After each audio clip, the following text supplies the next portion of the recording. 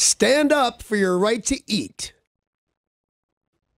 Cool. It is 5:46. I'm Danny Bonaduce. This is KZOK. Good morning. Good morning. How are you? I'm good. How are you? I'm good. You sound better. Can I sit down now?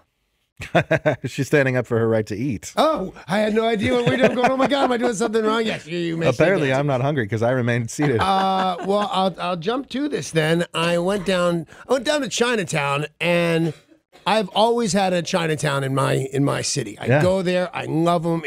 I know exactly what I want to eat. They have like cool little museums in it. And in ours, there's a Bruce Lee museum. A Bruce Lee museum. How could you go wrong? So I said, let's go down to Chinatown. And Amy said, do you mean the International District? And I knew that, yes, I did, but I didn't like her tone. So I said, no, I want to go down to Chinatown where that big fancy gate is with dragons. That's you go through those things to get into Chinatown. To which she would say, "You mean the International District?" So because it's well known for its Swedish population there. But there's, I'll give her this that I have eaten, but also noticed across the street from where we ate was a Korean barbecue place. Yeah. Then there was a Mongolian barbecue place, and I haven't seen that since I was a little kid. My mom and I used to go to this General Lee's Mongolian barbecue. Oh, it's good. Awesome. So it's certainly Thai, Vietnamese, Cambodian. It's certainly as international as it could be. Yeah. And I'm not trying to put up a fight. I don't care. I just like you're just hungry. It's a it's a knee-jerk reaction. There's a pretty terrible Chinatown in downtown LA, but I started going there in high school with my buddies to get dim sum before anybody knew it. When we still called them tea cakes, because that's I think what it translates to. Why was it terrible? Like crime? Oh, it's filthy. Or just the food was bad? Yeah, you start describing bad stuff of an area, and Chinatown, Los Angeles had drugs. Oh. Every now and again, they'd try something different, and it'd work. The cool kids would do. There was a jazz club for a little while, nice, and some kind of theater. But, so I had the Chinatown in Los Angeles. So there was a Chinatown in Philly. I don't know what this has to do with much, except I was planning a vacation. Toronto, Canada, 3 Chinatowns. Really? Yeah. That's a lot different of parts of the city? I guess. I haven't been there since I cared that much about China. I was alone and drunk the last time I was in Toronto, so I don't think Egg Foo Young was at the top of my list. New York has a Chinatown, but they also have a Koreatown. Yeah. So that gets a little confusing. Chicago has a Chinatown, a Koreatown, a Greek town, a Polish town. Chicago's got a buttload of towns. So I'm not bugged at my wife, but she just keeps correcting me. And I little bug though, right? I could learn my lesson if I didn't want to be corrected. I know she's right. I know it's the international. And as we're walking around, working off lunch because I had a big lunch. Where did you go? I have no idea. Chinatown. To the International District, did you get dim sum? No. You don't know what you went to a Chinese restaurant. Oh, okay. Yeah, Steve's, as far as I know. Plus, I'm not giving it a stellar review, so even if I could remember its name, I probably wouldn't say. Okay. They were okay. The food was mediocre, but I like that sometimes. Yeah. Some mediocre Chinese. So I don't need anything. You know how on the cooking shows we watch, like, they elevate stuff? Right. Don't elevate it. Just give me normal, throw what a I'm thing used of to. rice down, throw a pat of something on there, some gravy and sauce, maybe a wonton or two. I am good to go. Yeah. So we get to the gates of the International District. Do you know there's a plaque on it that says Chinatown? I thought there was. 1899 or something like that. Sure is, right there. Yeah. So I said, shut up, which made me feel so good. I know that there's some grown men that saying shut up to the woman they love, probably not that great of a thing. I enjoyed it a lot. So we went into, it's funny because we go down there a fair amount. We have some restaurants we really like. And we'd been to this one before, and I think we liked it. But like I said, the food was fine, and that's good. It's fine. That's the answer. How was your food? It was fine. I ate it all. It was fine. It just wasn't anything spectacular at all. But so popular, this restaurant could not have had more than 20 seats, and they turned over 2 or 3 times while we were there. Oh, wow. Yeah, they're waiting on us, and we just walked in and ordered immediately, and they're waiting on us. But here's what happened that was weird. I wanted to go use the restroom, and this place is... This won't mean that much to you guys out there in Radio Land, but you can use your imaginations. The whole restaurant, including the kitchen, is no bigger than this studio. Oh, that's not very big at all. 500 square feet. I mean, we have a good-sized room for a radio studio, but not for a Chinese restaurant. If you'd be the farthest worker away in the kitchen, I can reach over and touch you, and then I can reach over and open the front door. And so it's that small. It's really, So this guy gets up and goes back to use what is obviously the restroom. I was just about to ask where it was. And the guy goes in, and I go, okay, I'll just wait. So you know what you do when you're waiting for a bathroom, especially when you can see it. You stare at the door and wait to see that guy come out. And I look around, and everybody's like 15 of the 20 people are staring longingly at that bathroom door. And at first I think it's funny. At first I think I'll wait. I'm not going to get in line with these guys. Plus this is like an 80-year-old lady. I don't want to fight with her for the bath. I'll win. Yeah, but I think so. It was just a lot goes. So everybody's staring at the bathroom, which I thought was weird. And then after a minute of that goes by, I thought, I'm sick, and I just don't know it yet. Everybody's sick and needs to get to that bathroom. Oh. And mine just hasn't set in. Oh, my God. Food poisoning. And I said, I think on yesterday's show, either in real life or right here talking to you guys, about when somebody starts complaining about stomach flu and eating something bad repetitively in 1 year, they're drunk most of the time. Yeah. Nobody gets food poisoning 3 times in a year. You're drunk, you're hungover, you're weird. It's some excuse. It's not happening. Well, I thought for sure this is the real deal, and you guys aren't going to believe me because I just said only drunks say they have food poisoning. So we sit and we wait, and that's kind of weird, and I decided I'm going to rule it out. I have seen construction sites, and they have like porta potties outside. I use one of those. It'll be horrible and gross, but I don't have to stand in line with an 88-year-old woman. So I've decided I'm not going to use the bathroom. Then there's this guy next to me in huge, huge dreadlocks. Now, I don't like any dreadlocks for the most part. Right. But the kind with the rows, where there's 50 rows, is one thing. This was like 4 big ropes. That's all his hair did. It would become big, thick as my forearm. Just like 3 of those, and that was his whole hairdo. All right. He was a nice guy. He said something to me. He said something to the waiter. It was okay. It was just he had gross dreads. And he got up to leave, and he changed his mind, turned around. Now, this is a pretty big man, and his butt is right in Amy's face. And he bends over. Like, I don't know what he's going to do exactly. And he's got another little bite of soup left, apparently, that he really wants to. So not only is he weird and he's standing up, he's eating standing up, but he does this. Ew. Maybe louder than that. I think he's going into labor. I don't know what these. And he's, the soup slurping is gross. The dreads are like, remember when Bo Derek wore dreadlocks or corn rows in 10? Hot, super hot chick. Yeah. Looked ridiculous. Shave those off your head. Nobody should have those heads. Then, if you're having those heads, don't make slurpy noises. I could touch the chef and I could touch the front door. You're very close. I could rest my head on this guy's butt. I don't know why I would do it, but I could if I wanted to.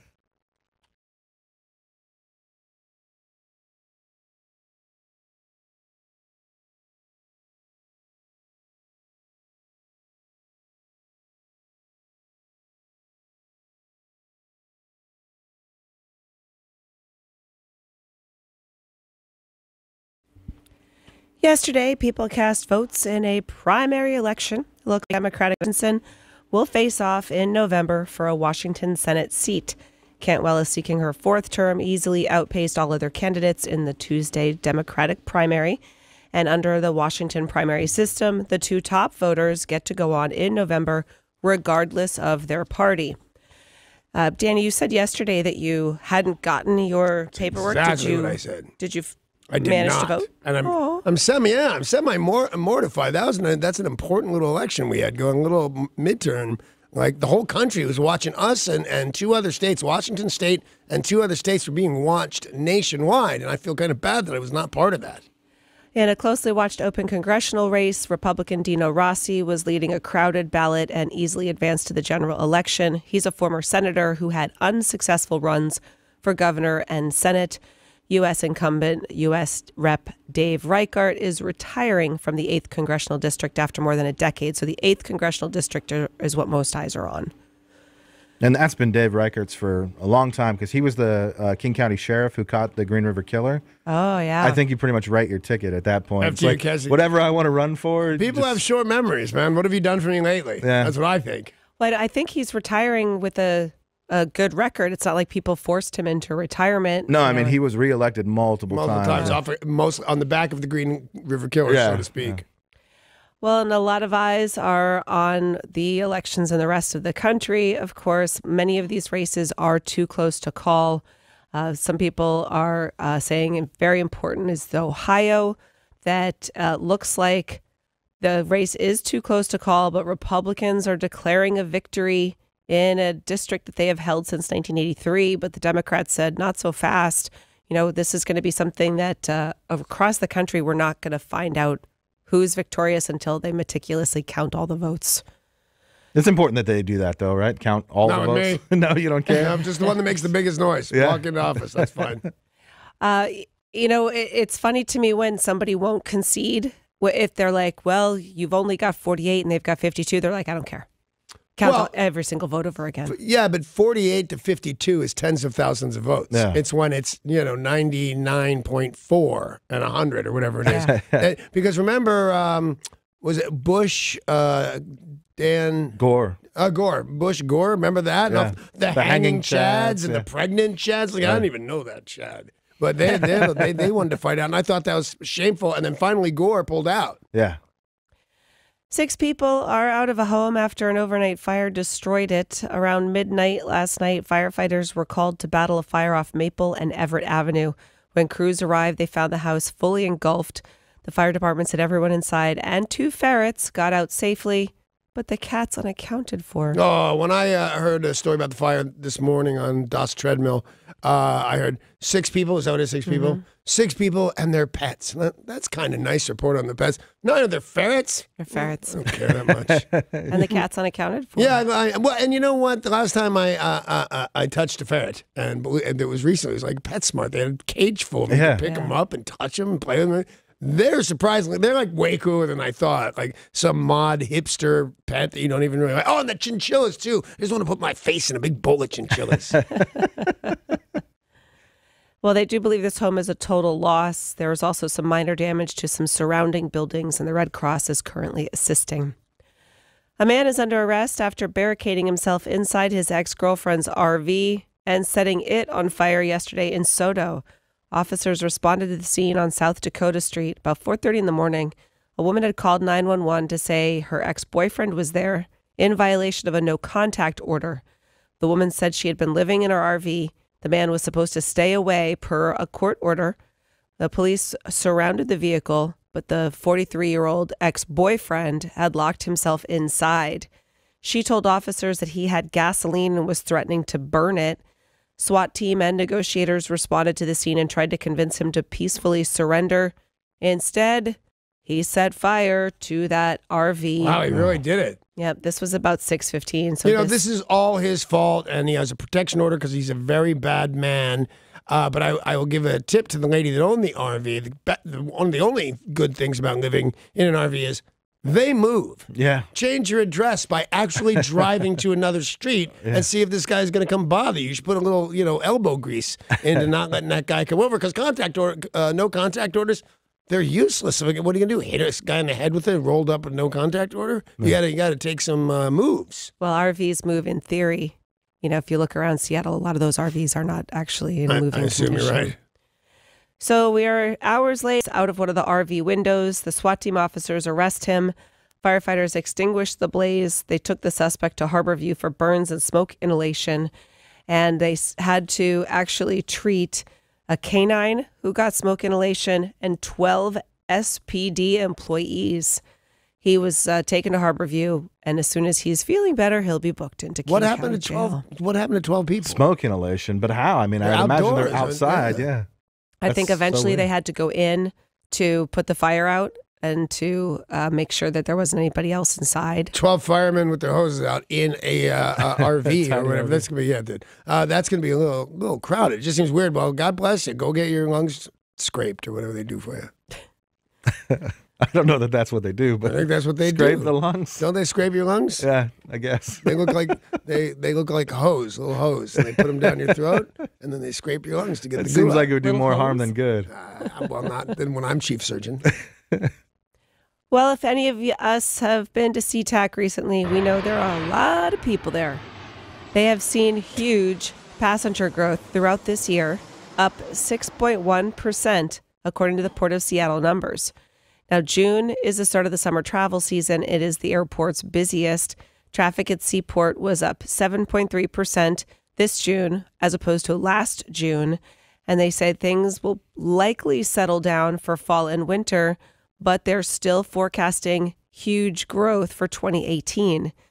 Now, if you've been to the airport, you've likely seen they're doing construction on that north satellite.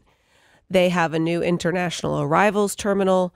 They do have these what are called hard stands, and it's these kind of like temporary gate areas. Oh, yeah, I've seen those. And they said that those are working really well. They've got 15 hard stands, they've got 10 waiting areas, and 6 more will be opening this fall. Yeah, but they all look like crap, don't they?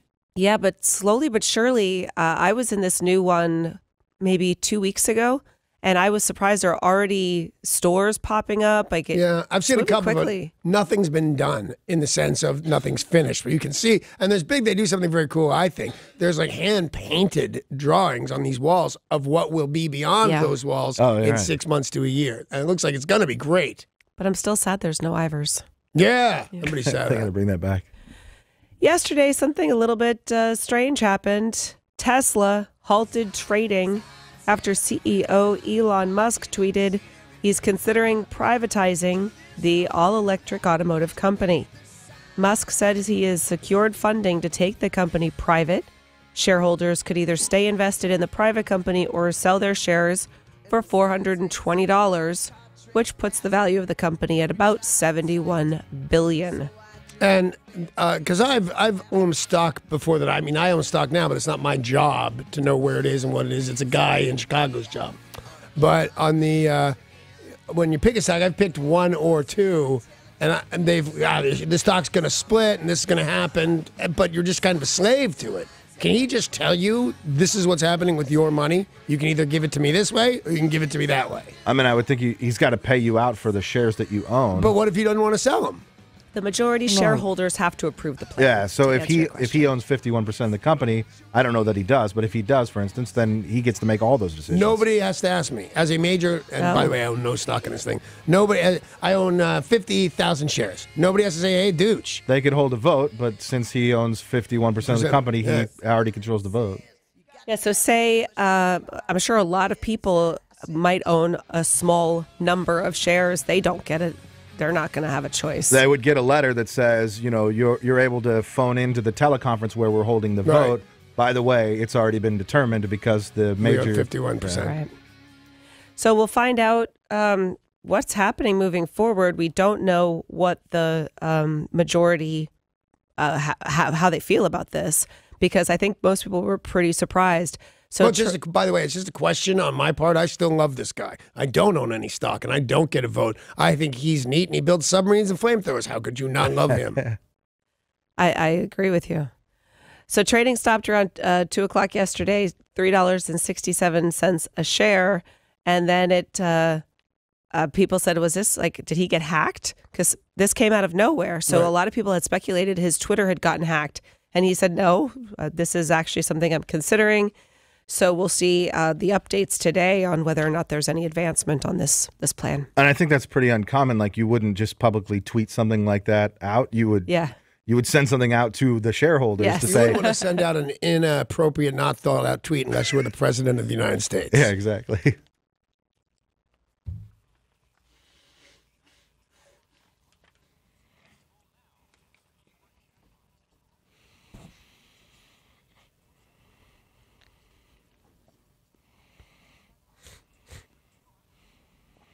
Text that word right now to 200 for your chance to win that trip to Las Vegas. KZOK.com for all the rules and details. Nice.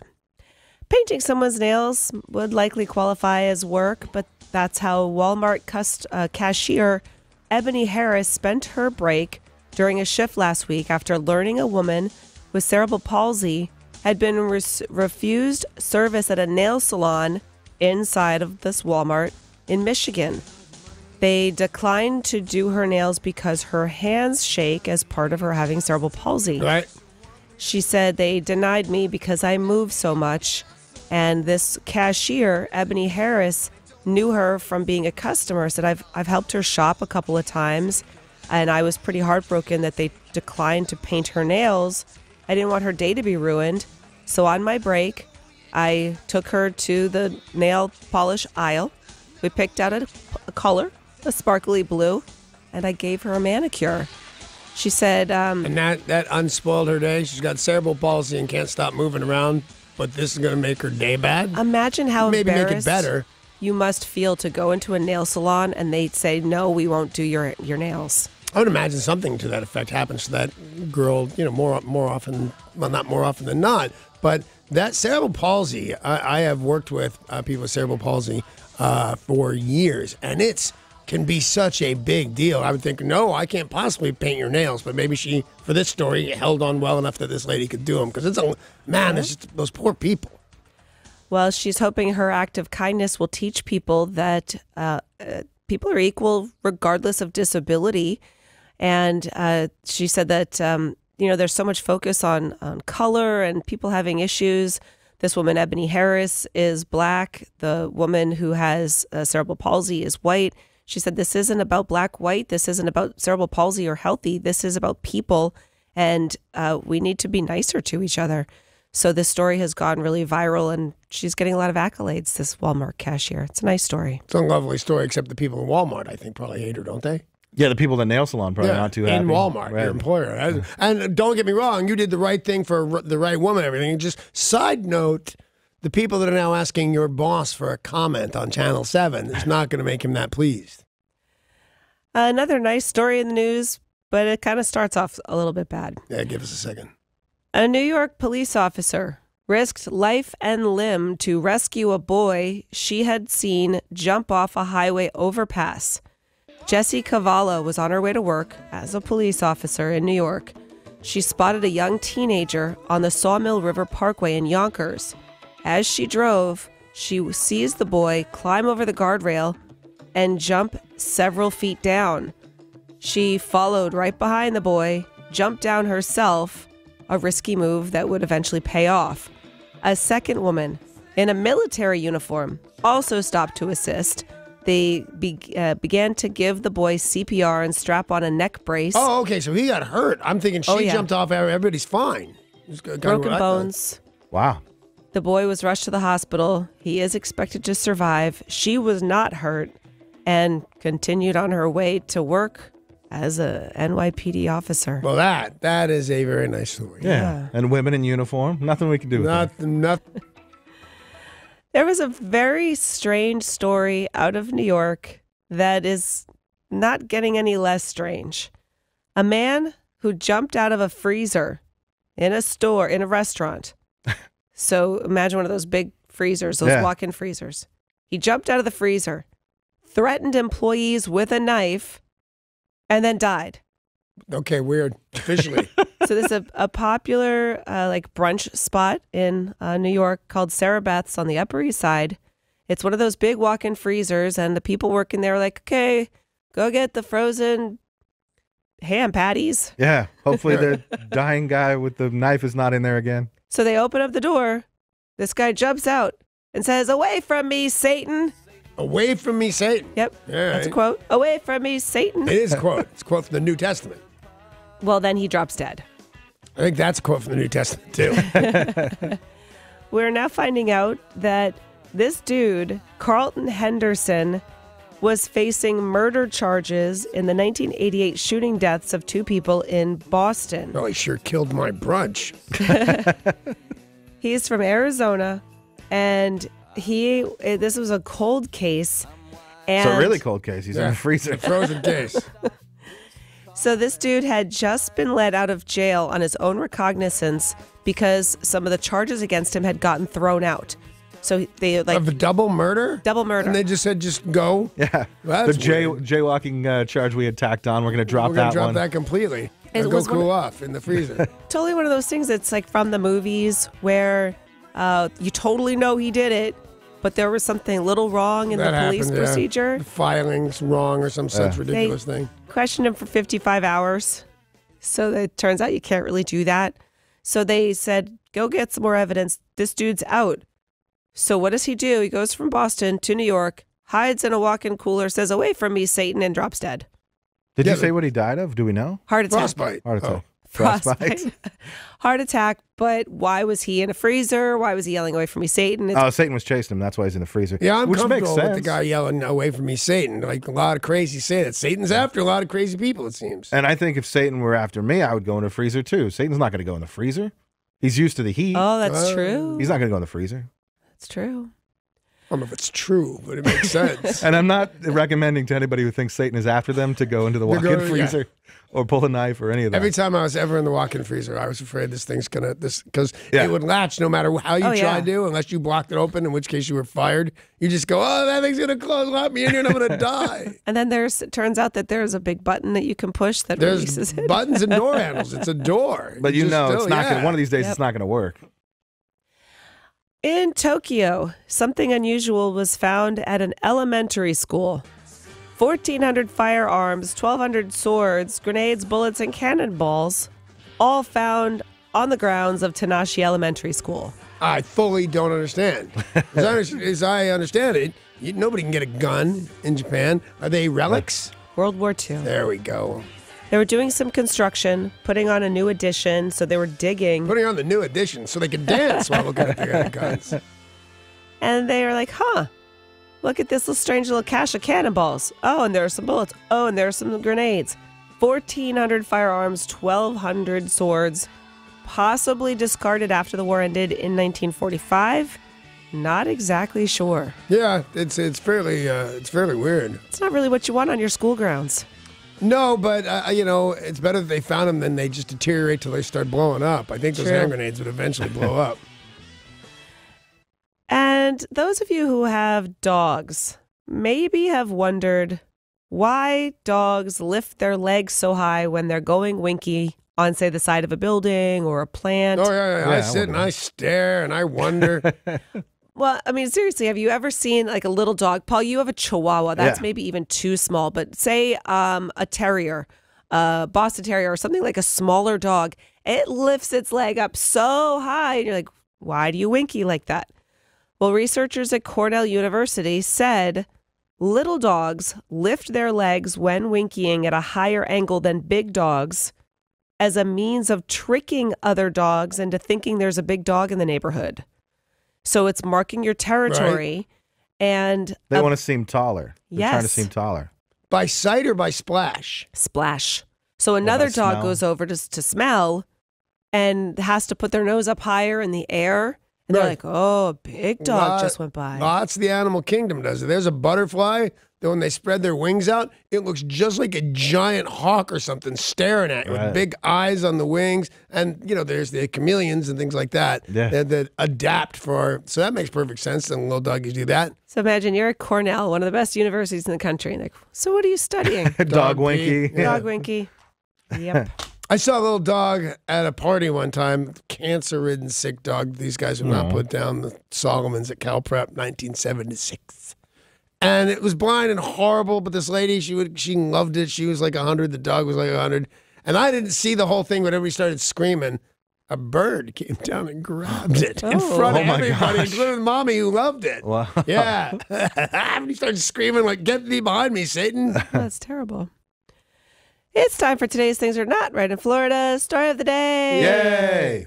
As criminal accusations go, this one's pretty crappy. A Florida man is accused of dumping a bucket containing waste inside of a St. Petersburg 7-Eleven. Wow. Damian Sims. That's the worst Slurpee possible. What flavor is that? Is that cola? Damian Sims, perhaps with an appropriate name. Damian. Oh, I'm going Sims. Is that old game people used to play? He was super mad at somebody at 7-Eleven. And they're not sure exactly what happened. Like, did he not get the Slurpee of his choice? But he decided to go out to the porta potty, do a little excavating, put it into a bucket, and then bring it into 7-Eleven. They're trying to figure out what his motive was, but you may not realize this. Everything at 7-Eleven is videotaped. He had one of those taquitos that have been rolling for 2 or 3 days, and he said, here, I just thought I'd bring you back this. Oh, Florida. Oh, Florida. Hey, when we come back with music news, some big news about Paul McCartney. Yay. Lots going on in the world of entertainment. In sports, I am starting to wonder how LeBron James has time to play basketball. I'll tell you about his latest project with CBS TV. Plus, you can win Mariners tickets next in sports.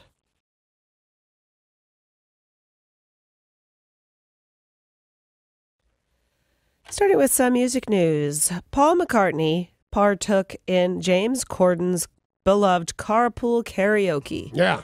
It was one of the longest and well-received installments. It was most of a whole episode. Do you see the karaoke or whatever it's called thing? Carpool karaoke. Carpool karaoke. Have you seen it? Yep. I had not seen it, but I get the idea of what it is. It's not a whole, it's 30 seconds. You know, no matter who your guest is, you can't go too long with that bit. They're not professional singers. So, but I saw them on Paul McCartney. It was most of an episode. Yep. They drove to a new place, discussed driving to a new place, then surprised everything he sang again, and then he got behind the wheel, I think, which I did not expect. 23 minutes. Yeah, normally they're like 5 minutes tops. Yep. Because it's interviews. It's not just, singing the whole time. But yeah, they're usually around 5 minutes. This one was 23 minutes. And CBS said it got almost 130 million digital views across Facebook and YouTube. It turns out there was a lot more that did not air, so they have decided to make it a special. It'll be a special carpool karaoke when Corden met McCartney live from Liverpool. That's the title? Yep. What is it again? Rolls right off the tongue. Well, no, it's a nice alliteration. It's just long. Carpool karaoke, ... When Corden met McCartney live from Liverpool. So I like the ... part. He, of course, sang Beatles songs. They visited his childhood home and drove around. And he's just such an affable guy. And James Corden is too.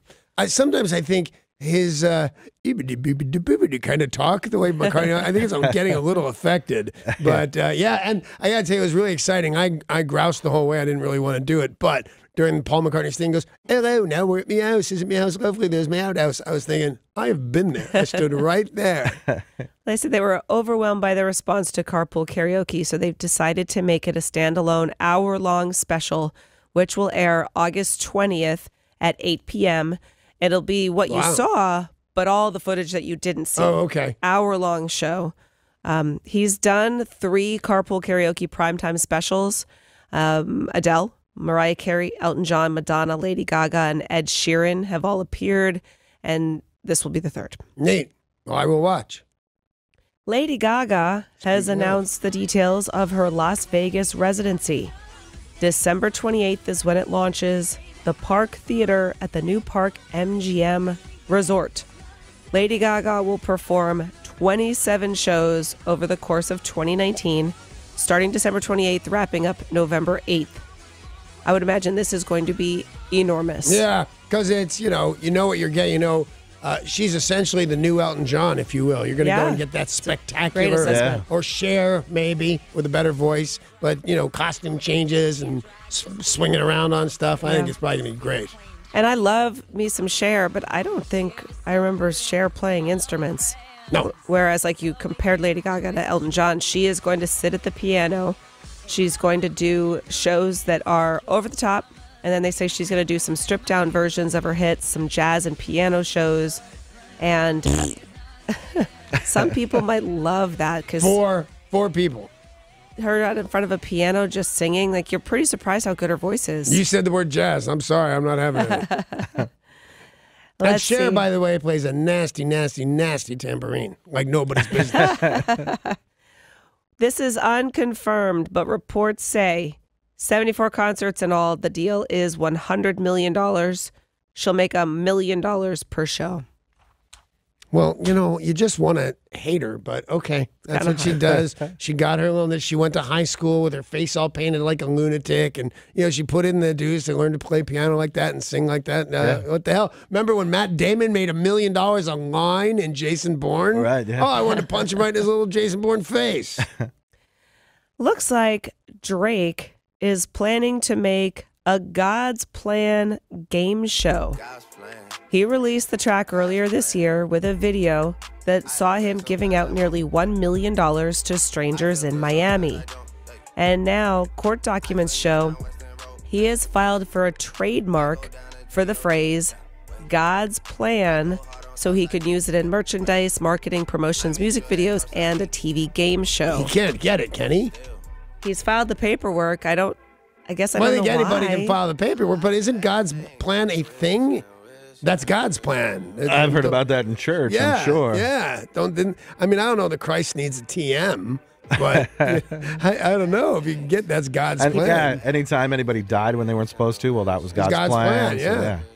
We'll It's see. a terrible song, by the way. People like it, but it's Yeah, just, you hate this? It's awful, yeah. Derek, turn it up a little bit. Let's hear You it. love me, I tell her only partly. I only love my bed and my mom. I'm sorry. Yeah, okay, stupid. I was gonna like that. Is that Drake? Yeah. That's the first Drake that was me. I've ever heard. You've It's- heard It's Drake. awful. Well, I'm sure it's been in the background of something, but I'm unaware of it. You're not There's- missing much, man. There's a commercial running right now where I think a rapper and R&B singer, but now the great voice sings, and I don't know what he's hawking. People say I'm a rock star. I stay up all night. Oh, I love that song, but that's all I've ever heard of it. Derek, do you know what song that is? I'm guessing that's Post Malone. Is that Post Malone? Yeah. People say I'm a rock star. I get to stay up all night. That didn't even rhyme. No, I'm sure it goes on with more stuff, but he sold the Cuisinart by then, but it seems great. The iHeartRadio Music Festival is back. T-Mobile Arena in Vegas, baby. September 21st and 22nd. 2 nights. Some of the biggest names in music all on one stage. So many people performing, including Fleetwood Mac and Lynyrd Skynyrd. Plus, we would like to send you there for the show.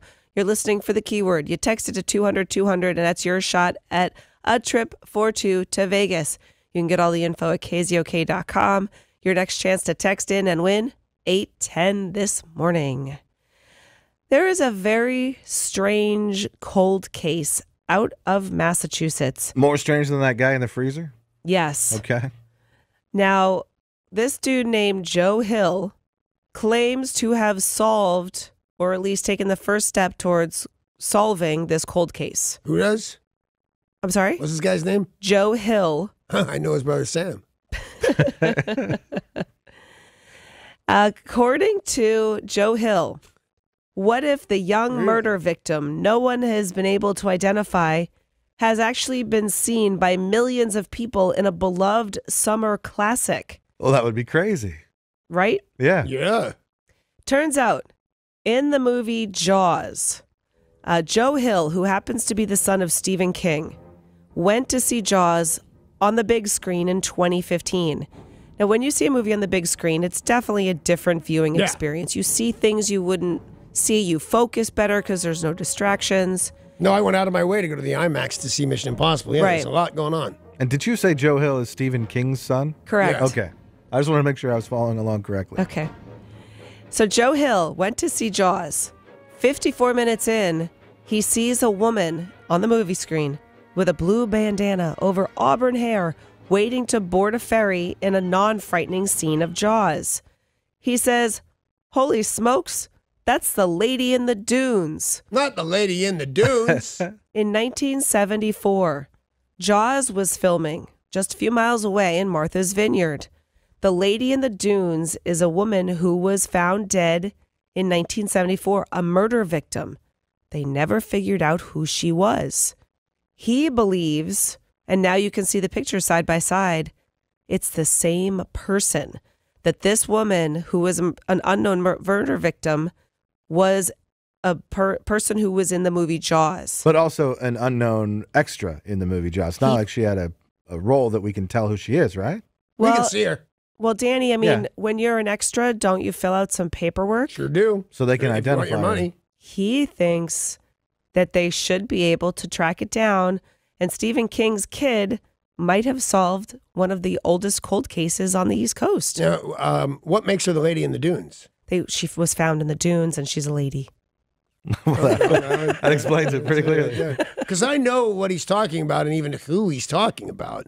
But I don't know why Stephen King's boy. First of all, why is his last name Hill? I don't understand that. I was Why also Sam confused. Hill? But I guess it's interesting. I don't know. It seemed interesting. I saw it in newspapers. And they were so excited. They didn't have nearly as much information as you do. That they just put out some, and mostly they said Stephen King's kid. Yeah. And then some haphazard stuff. But yeah, I'll follow this. Yeah, I mean, it's interesting if they can track down and prove that it's her, but Right. just, I saw a lady that looks kind of like the lady.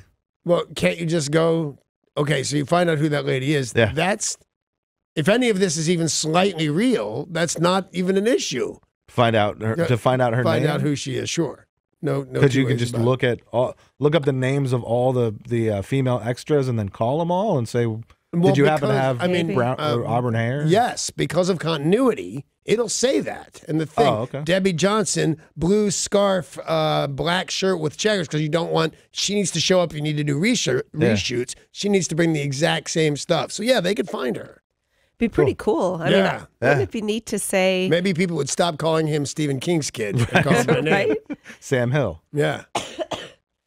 So I think I keep calling him Sam Hill now. His full name is Joseph Hillstrom King. He's known by the pen name Joe Hill, maybe because he wants to find success without his daddy's name. Well, how's he doing at that? He actually wrote, I just read it. Oh, goodness, I can't think of the name of it. So not great. Yeah. No, He's not doing great me at and it. Sean, the web guy, both just read the same book and had our own little book club. Your stock just went down. I'm in a book club with Sean. And to be honest, we didn't love you that much before. That's a good point. What the heck did he just write? Well, I know his next book is going to be The Lady in the Dunes. Yeah. Should be, man.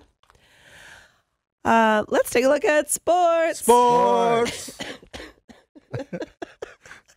Sorry. Sports brought to you by Bradley Johnson Attorneys. If you're facing a DUI, call 1-800-DUI. That can't be real. So For God's convincing, sakes. too. Call 1-800-DIY. Derek, I don't mean to put you on the spot, but can you tell us what happened in the Mariners game last night? The Mariners got absolutely destroyed by the Texas Rangers. Felix Hernandez did not have a great night, and the final score was, 11-4. Yeah, Ouch. Jeez. Oh, goodness gracious me. They had a decent 2 innings. The first couple innings were nice. The Mariners scored a couple of runs. Felix actually looked good, and then he just completely lost command after that, and it was not pretty. Bummer. And this is a quote I've heard twice.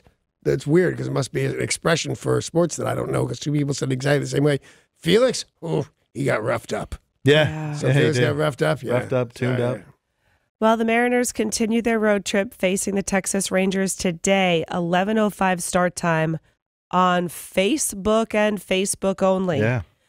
Now, if you would like to win tickets to an upcoming home game, you can call in right now to play an in-studio version of Mariners KZOK Music Trivia.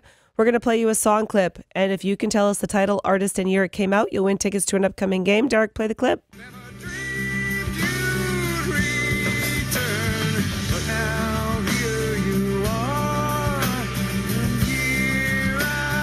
Y'all know who this is, but you need to know the title of the song and the year it came out. Call right now to win, 800-252-1025. Call now to win. This was surprisingly, out of all the songs we played, this would be my weakest outing. I only know the name of the band. Yeah, it's a tough song. I can't remember exactly the name of that song. I can remember the hook, and then I don't even have a guess at what year. Yeah, most people shorten the song title because it's really long, but we'll see if somebody out there must Somebody know. will get it, yeah.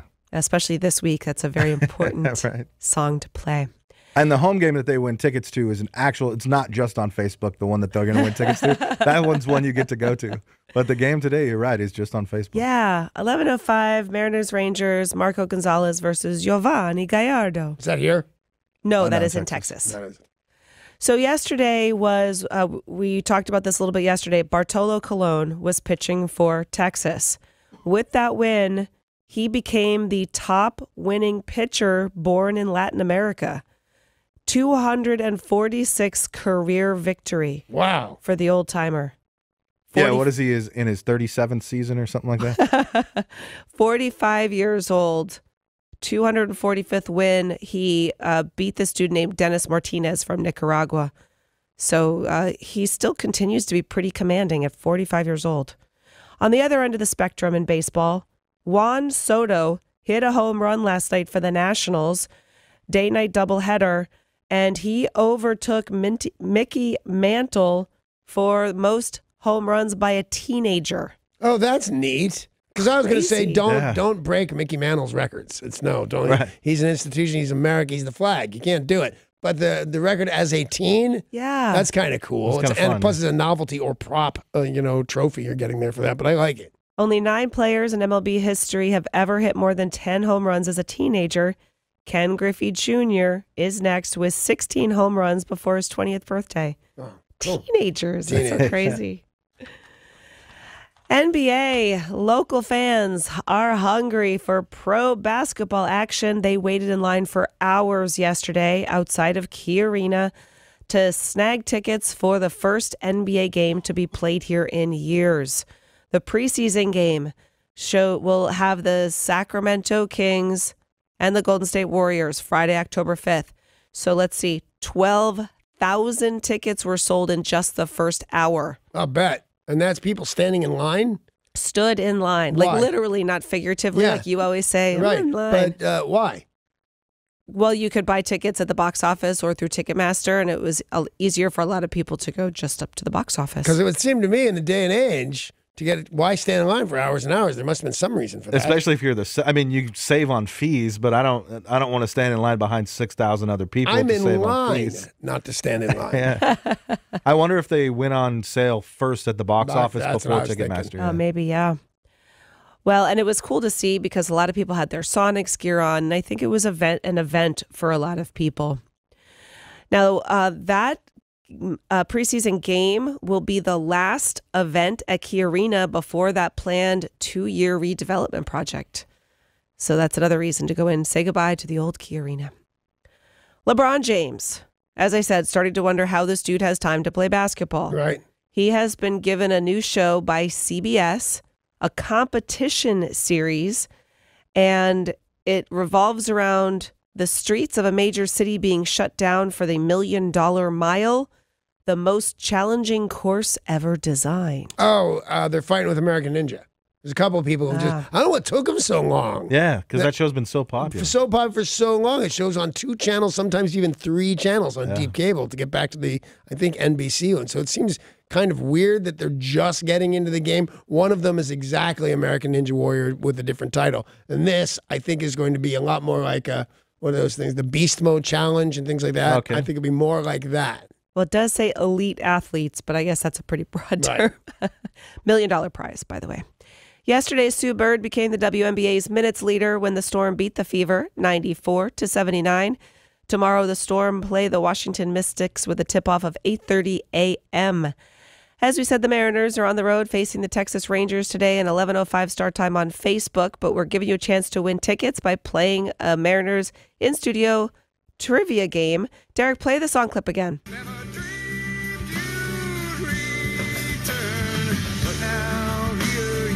Title, artist, and year came out. Well, Dallas in Puyallup knew the answer. The song title is definitely the hardest. Most people call it Elderly Woman. Yeah, that's what I would Elderly call it. Woman behind the counter in a small town. Well, that's a lot of words. Yeah, it's a whole lot of words. Paul Dallas McCartney meets that dude with a game show. Pearl Jam, of course, getting ready to play Safeco Field. The year that song came out, 1993. Oh, my guess was, in the ballpark. I had 92, I think. In the ballpark, I get it. I meant to do that. Dallas and Puyallup is going to the Jeep Winners window in our lobby to pick up tickets to what, Derek? He won tickets for the game on Friday, August 17th at 7:10 p.m. versus the LA Dodgers, which just happens to be Sing-Along Fireworks Night. Sing-along fireworks night. Don't miss the 4th of 5 fireworks nights at Safeco Field featuring some of your favorite tunes to sing along to. The Mariners have partnered with Pyro Spectaculars, the same company who produces the New Year's Eve at the Space Needle extravaganza for this big event. Visit mariners.com/fireworks for more information. Thank you very much. And congratulations to Dallas. The rest of your next chance to win will be tomorrow morning around this same time. Sports brought to you by Bradley Johnson Attorneys at 1-800-DUIOA.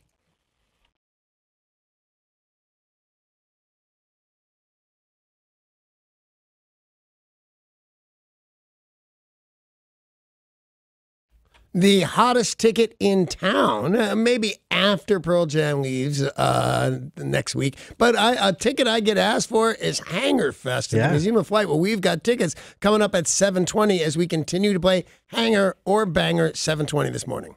We found out this week that military service members are being told they can no longer wear their Fitbits because they could give away their physical location, which could be very dangerous for their well-being and for national security. All of those things. But it's a bit odd to think like, wow, your work is telling you can't wear a Fitbit. Oh, yeah. I didn't think of it. It is their job. It's their job. What is it? It's not a job, it's an adventure. Is that them? I think so. Yeah, one of the branches. One of of the service. branches. There's a lot of branches. That's quite the tree. Yeah, maybe the Navy, I think. Now, I know obviously the military, if you think of it as a job, it does have a lot of rules, regulations. Sure. But you are, on the surface being told you cannot wear a Fitbit at work. Imagine here if they told you, like, okay, Danny, you cannot wear a Fitbit in the workplace. I would count the steps on my car till I drove home and quit my job. I have to have my Fitbit on. I have 5,800 steps right this second, in case you're wondering. Good for you. Thank you. I think a lot of us have had jobs in the past that there are strict things that you can and cannot do. Yeah. They'll tell you, you cannot do this at work. I was told at one job I had, I could not wear flat shoes, had to wear high heels. They can't tell you that. They can't tell a girl she has to wear high heels. They did it in the airline industry forever. Yeah, forever, but it's not forever. You're a young lady in broadcasting with an HR. You wear, did they tell you to wear fishnets too? Because I'm not sure you can do that, but if you can, wear fishnets. I love those. Well, it wasn't in radio. I was a cocktail waitress. Oh, that's different. It's totally different. You have to wear high heels. What are you, crazy? But do you have course. any idea how hard your feet for, 7 hours? In high heels? In high Danny heels? might. Yeah, I totally do. Danny does. Slinging drinks? It is not easy to Well, that's, if you're looking at what have you been told you can't do at work, my Yeah. top one would be drink. drink. Yeah, they weren't even kidding. Thought they were serious, and it turned out they were. Yeah, you know what? You can't drink at work. And they were told us specific. That wasn't like an overall rule. It was like, no, really, Danny, you can't drink it. Well, the rules changed. I was drinking with my bosses and other discharge on the air. We were savages. We'd break stuff. It was they got more and more in trouble. It all kind of led back to me. And they said, hey, you can't drink on the air. we were told that a lot. You can't drink in the workplace, and somehow we always managed to. I always managed to. Obviously, things are a lot different when you do morning radio. yeah, now it's just me that's drinking. You guys listening, what is something you've been told you can't do at work? Was it something reasonable? Was it something unreasonable? Share your story by calling 800-252-1025 or text in 90627.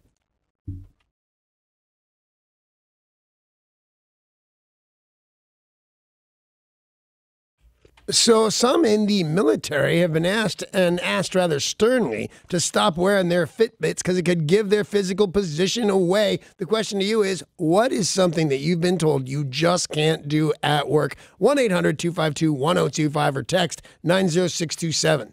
We'll start with Vinny in Renton. Hey, Vinny. Hey, you people. Happy birthday week, Danny.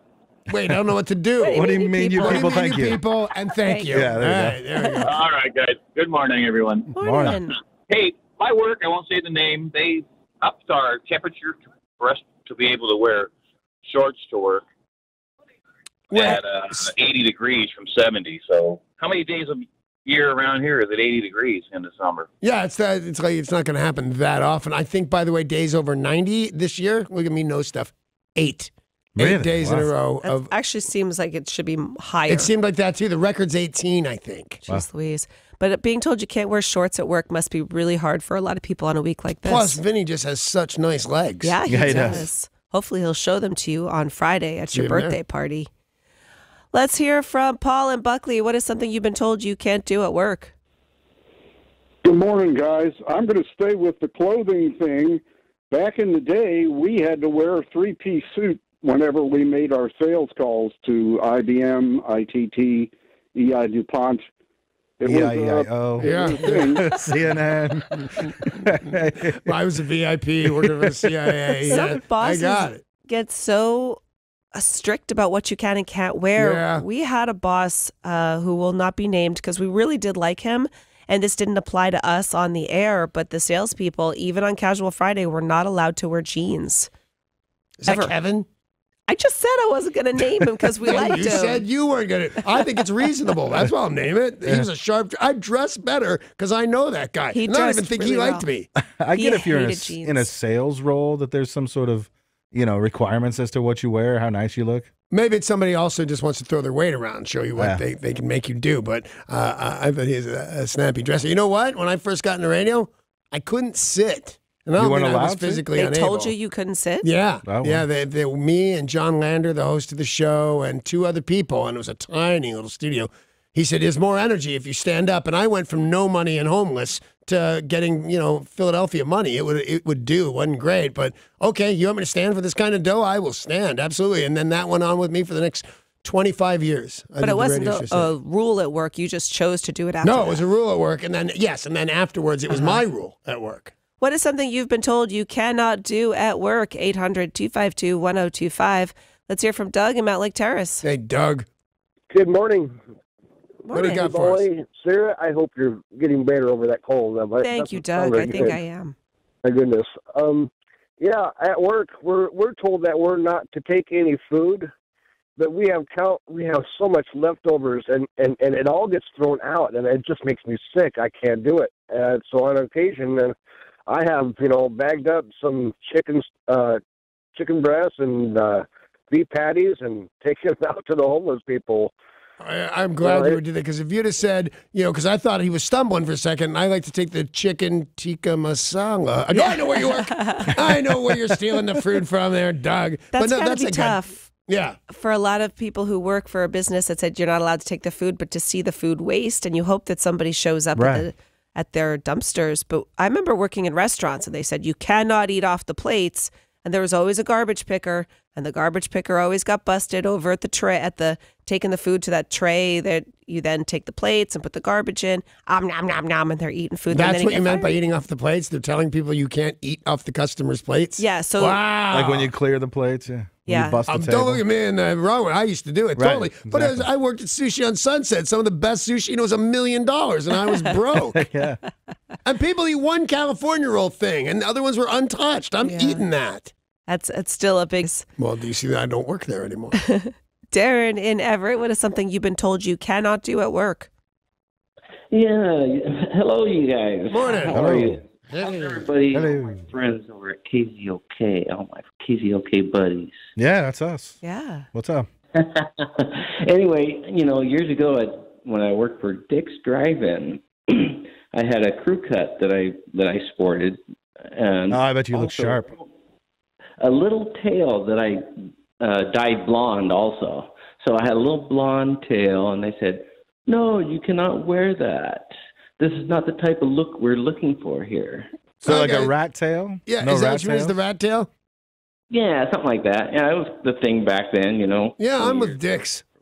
You can't have the rat You can't tail? have the rat tail. No rat's tail in food Gross, service? Darren. Put that rat tail in my food. Your rat tail implies the rest of the rat is here somewhere. And it does seem Darren. unsanitary. Who knows what's falling off that thing? We still love you, though, Darren. The guy yesterday with the giant dreads, I don't even know if they're called dreadlocks when they're in this style where they're as thick as your arm. Yeah. But I would have been, he worked for the city. I think he was working outdoors at that very moment. It's like you'd think the city would say you can't have that kind of thing going on. No.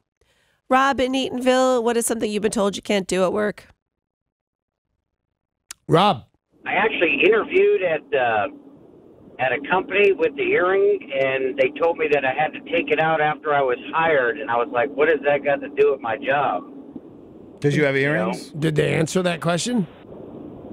They were like, well, we just don't want walking around going to companies and representing with an earring. I just thought that was stupid. I got to tell you that there's a certain amount of power your employer gets. I mean, it doesn't sound like that's illegal for them to tell Rob he can't wear an earring. If you're going to represent Walgreens or whatever and go make calls, we don't want you in earrings. It sounds unreasonable, but it doesn't sound illegal. If you want the job, take them out, right? It sounds unreasonable. To have them taken out? Yeah. But then either your choices are don't take the job or not. Right. Because I don't think you can get them up on charges or anything. Aren't your employers allowed to say this kind of stuff? Not unless if it's for religious purposes. Like you can't have somebody tell them you have to cut your hair if hair is part of your religious belief. But if it's not, they can. They can make you Yeah. cut your hair. They can do pretty much whatever appearance-wise. Becky in Tacoma, she texted in and said she was told she had to cover her tattoos even though she was hidden in an office far in the back. Nobody really saw her. Huh. Amanda in Packwood, her boss told her if she calls him sir again that she'll be fired. And she said, yes, sir. And Andrew in Kent was told he could only use the bathroom during pre-scheduled breaks and lunchtime. Oh, my gosh. I hope he quit. Can't do that. What? Tell the employee they're only allowed to use the restroom but at lunchtime? Yeah, pre-scheduled breaks? I'm not positive. Well, see, if you Danny, have you breaks can use the throughout day. restroom at 10:15, at noon, at 2:20, and that's it. Danny, you've That's quit. a ton of peeing. I mean, Yeah, but you've gone 6 times during the show. I've got a 59-year-old bladder, and if those are the schedules that I have to take, I can take them. I'm pretty sure it's only 58 until Friday. It is. Just getting used to it. Just rounding up. Joe Lake Stevens, good morning. Hey, Joe. Hey, and smoking hot, happy hump day. What's up? What's up, Joe? What do you got? We are absolutely not allowed to put any bumper stickers on the company vehicles because they want to make sure that the company doesn't look like they're leaning in any sort of either political direction or support anything. We got to be completely neutral out there. Plus, you can confuse people. If you have like a locker up, I think I'm going to know, I know what that guy stands for. But then right after that, the marijuana leaf is on there because that's very popular. Then there's a baby on board, which, by the way, remember the one with the baby nailed to a board? Always funny. But yeah, I agree with you. Can't. It's a company car. I don't think you can put bumper stickers on. There's that fish. I'm never sure. Like, does that guy just really like salmon or that particular fish? No, that's the Christian fish. Don in Puyallup, what is something you've been told you can't do at work? I wasn't allowed to take my dog into work. Oh, boy, you should get a job here. Don? We are nothing but dogs. Everybody brings the We dog are in. dog deep. Start with the little dog. Looks like a frog. It's about a pound and a half. Some lady's got a Great Dane down there. Big black and white Great Dane. It's really tough because in some offices you're told you can bring your pets, and then somebody brings their snake in. The next thing you know, nobody can bring their pet. Yeah, people wrecking it for everybody. I got told you can't scream. Oh, yeah? Yeah. Nobody could scream or just you? No, just me. Oh. And two different ways. One, I was told, man, you're so loud. It's a microphone. You don't have to scream. And I say, okay, I'll stop. And then I scream. And then other employers have told me, we get reports that you scream. We're getting reports. Can't you hear me? Paul, what is something you've been told you can't do at work? The only thing I was told specifically for this job was that I can't fall asleep during the job. But is that true? Just so far, so good. Yeah. I've been doing all right. Somebody will just nudge you every now and again just in case. Yeah, and apparently that was a problem in the past. For the, with you? No, with this job. I get it. Sorry.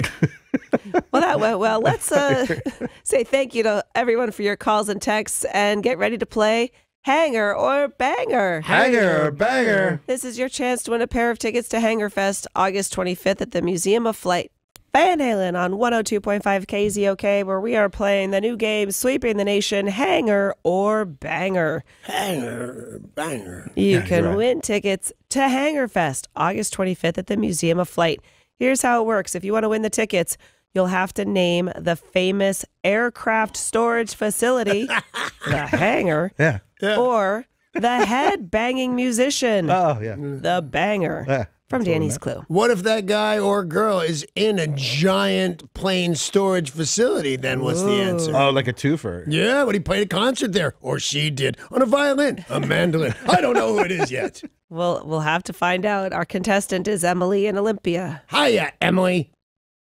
Hi, Danny. I'm a huge fan. Well, I love you too. Thank you so much. Do you understand the words that are coming out of my mouth?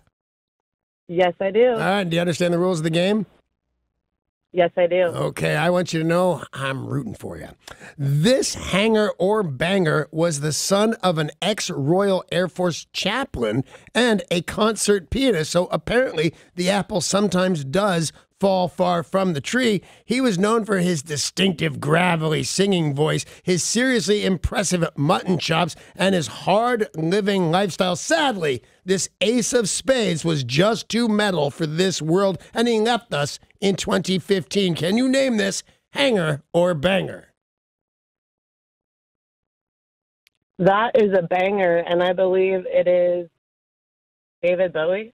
Oh, that's really close, except wrong. I am so sorry, I was Emily. totally rooting for you, and I think that's wrong, technically, for me to root for anybody, but I loved her. Well, it's because she told you she loved you, Yeah, it so is. I get it. Thank you. Christine in Port Orchard, would you like Danny to read the clue again? Nope, I think I'm going to guess. All right, and I love you, and I just want to tell you I'm loud, too. Right on. Right on. All right, what do you got? I'm going to say, I don't know if it's right or not, Malcolm Young.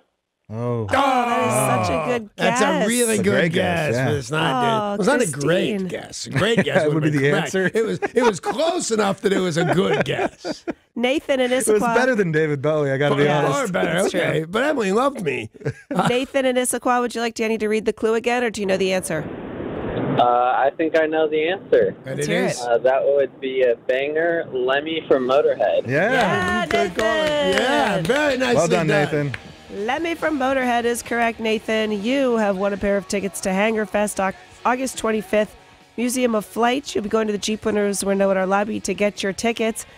The rest of you can win tomorrow at 7:20, and you can get all the details and ticket information, museumofflight.org. Up next, the big news of the day.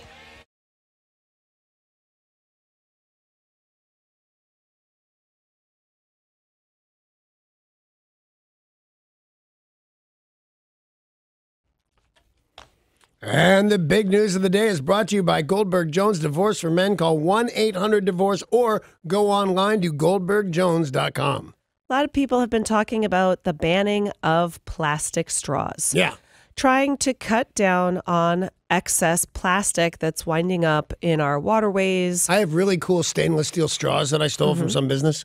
And Probably Starbucks. I never remember to bring them. That's the thing. The responsibility then is on you to On carry me, them around right. with you. Well, many places will give you a straw if you ask for it. And But a paper straw, or will they still give you a plastic straw? a little bit of both. Some places have been allowed to get rid of the surplus. They don't want to just throw Finish those away. what you got. Yeah. Don't just toss those in the ocean. Yeah, seriously. Well, when it comes to paper straws, there is only one U.S. producer of paper straws, and they have seen an increase 5,000% year-over-year growth. This is some sort of government collusion we're talking about here, right? Everything's government collusion. They said Are you no watching one's news? no one's allowed to use plastic straws anymore. Go to my brother-in-law. He's going to give you all the paper straws. He's the only one who does it. Well, I guess inadvertently, there wasn't a huge demand until now. Yeah. Right, but Aardvark- this guy didn't just start manufacturing these recently. No, this company was founded in 2007. Wow, that's even more recent, though, than I thought. Yeah. And they said that their straws do not get soggy the same way that cheap imports do. This is a place called Aardvark Straws. They are degradable, compostable paper straws, have been in huge demand. They could not keep up with demand, so they just sold their company. Wow, to somebody who can? Yep. That's amazing. Financial terms remain under wraps, but let's be honest, they probably sold it for insane loot. I don't trust them. What? I don't trust them. I don't trust them either. But See, why don't you trust them? Because I've used the paper straws, and maybe I've used the, quote, cheap imports, but they're all crap, and I can't imagine that the product they make is that much better. I don't trust them because they chose the name Aardvark, and you only do that so you're first in the yellow pages. Or now, whatever you look away, you're getting your phone number. Double A Vark. Right. What, are you kidding me? I was thinking maybe that's where they keep the aardvarks in Indiana. The No, straw? where are aardvarks from? Here. Yeah, I mean, they're all over the place, I think, but mostly the West and the Southwest. I've never seen an aardvark in the wild. Have you guys? Yeah, tons of them. Just stumbled across one. Just I this was out morning. prospecting. Yeah, one bit my foot this morning. Yeah. But maybe there are a lot of aardvarks in Indiana, and they wanted to name it after, like, you know. Yeah. One theory is they wanted to be first in the phone book. The other one was they wouldn't be named after a wild animal no one's ever seen. Seems like you can only find aardvarks in Africa. Oh. Is that No. true? That's not true. Your information is wrong. I'm pretty sure they're in Texas, right? That's armadillo. Oh, that's right. She's totally It's right. only a single A. I'm thinking of an armadillo. Oh, you are? I'm not. Yeah. They look like anteaters. What's an aardvark? They look like anteaters. They don't look anything like an armadillo, do they? Bigger and no shell, so no. Yeah. Hey, if Derek says they're only in Africa, they're only in Africa. Yeah, I've seen the rains down in Africa. I had to quote Toto whenever I'm in trouble. I thought this was an American company, though, not a. It is an African American company out of Indiana. I'm just trying to guess why they're calling themselves Aardvark. No, apparently it's not because they have a lot of aardvarks in Indiana. But they have sold themselves, and as I Don't we said, all at one point or another? good for them. I'm impressed. Well, speaking of plastics and all of the issues we've got with garbage in our oceans, In just about a month's time, a 2,000-foot-long contraption will steam under the Golden Gate Bridge to try to clean up the ocean. This is something called the Ocean Cleanup Project, and it's a giant sea sieve consisting of pipes that float on the surface of the water with a net, and the hope is that it's going to corral the garbage and plastic around San Francisco. Wow. If this is successful, and by the way, this is the idea of a 23-year-old Dutch college dropout named Boyan Slat, who was so disgusted by how much plastic waste he encountered while diving off of Greece, he, as a teenager, started this project and is devoting his life to trying to figure out how to clean our oceans. I saw a prototype of this thing working on, like, I think Vice TV, and it looks like it will work, but that, you know, it can't be right up against the shore, and that's where all garbage is eventually going, is against the shores. But in practice, it did work. Yeah. Well, he's going under the Golden Gate Bridge on September 8th, and, you know, I'll pick up some of those dead bodies. Oh, yeah, that's terrible. They said that the aim is to then go to the Great Pacific Garbage Patch, which isn't on shore. I mean, that thing's just floating like an island. That is so weird that it never comes to shore. Islands don't float. Just want to correct myself there before someone says hashtag dumb Sarah. No, it's like it's an a little island. too late for that. We've already gotten 11 of those this morning. Well, I hope it works because it'd be a pretty amazing invention if it does. If we cared about plastics and trash, we'd go right outside our own door and pick it up because it's filthy across our very own street. Sure. So I'm not doing it. I was talking myself into going and cleaning up trash. And I pay taxes. You've done that before. Just commit a crime, you can do it again. Okay. Well, you mean get caught. The Princeton Review is back with its ranking of the best universities in the country. This isn't the one about the best academics, the best credentials, because that'd be U.S. News and World Report. No, this from the Princeton Review is the one about the top 20 party schools. Oh, not Princeton. No, the Princeton Review will tell us the top party schools, and none of them are Princeton University. However, at number one, it is the University of Delaware. Really? Isn't it normally an Arizona school? Either University of Arizona or Arizona State? See, now this time I thought it was Texas. Oh, really? Yeah. I bet that's up there, too. Arizona's a very good call. I feel like Arizona State wins this a lot. They have in the past. They're not in the top 5. West Virginia University came in at second. Tulane in New Orleans came in at third. Who's partying about being in West Virginia? They're partying to get out of West Virginia. They're going to graduate someday. What else is there to do? It's 2 lane, 1 lane in, 1 lane out. Syracuse University came in at number 4, and Bucknell in Pennsylvania came in at number 5. In the top 20, this is the list of the top 20 party schools. Believe it or not, no Cougars. No? I wouldn't have guessed Cougars. Oh, they are. Oh, they're a big party school. Huge party school. Obviously not. Apparently not in the top 20. Didn't make it into the top 20 this year. Because you don't hear about them being in the news for terrible things happening like you do some of these other universities. So maybe they party, but they party more responsibly than some of these maniacs. Yeah. Well, they're in the middle of nowhere, so they probably get caught less. Right.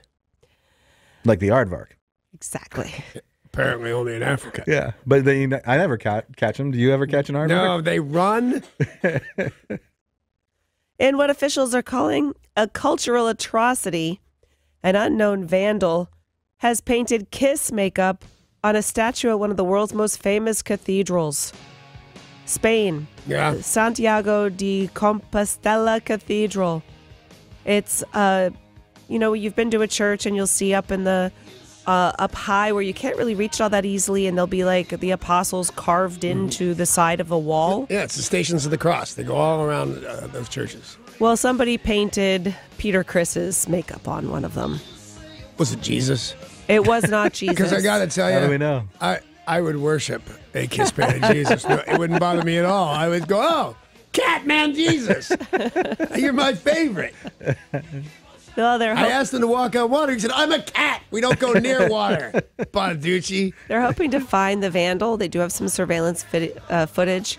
If they do, the fine, $172,000.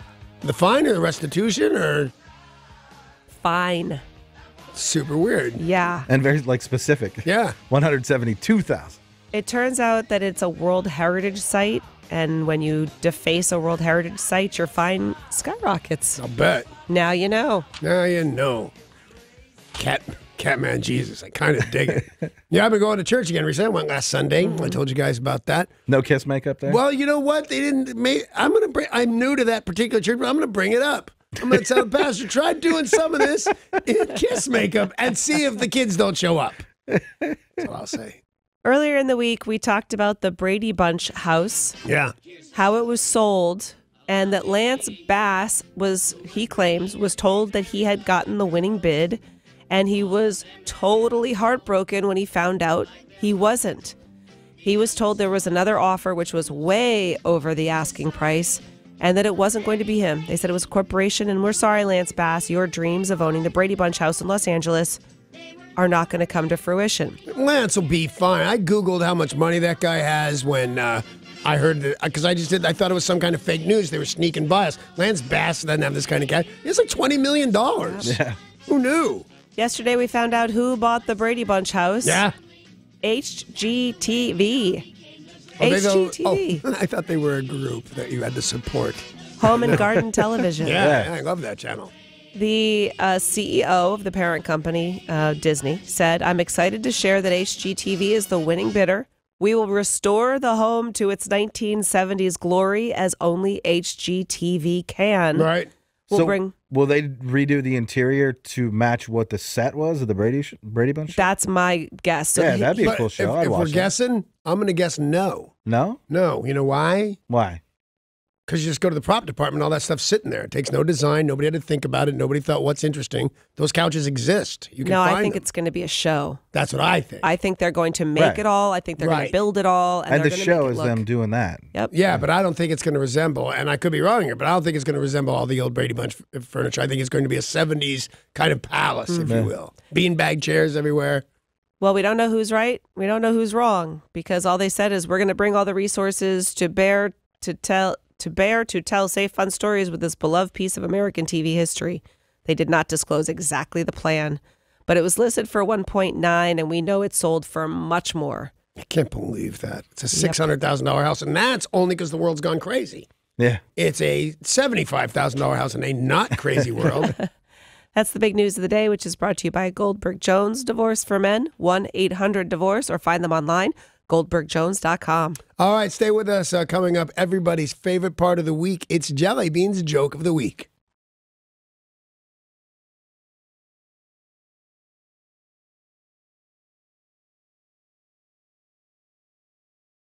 And now, Jelly Bean's Joke of the Week. Hey, Uncle Danny. Hey, kiddo. Are you ready to hear the joke? Yes, I am.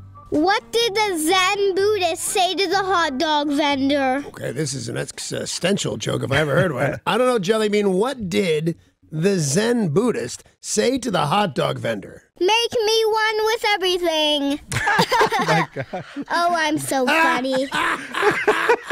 Make me one with everything.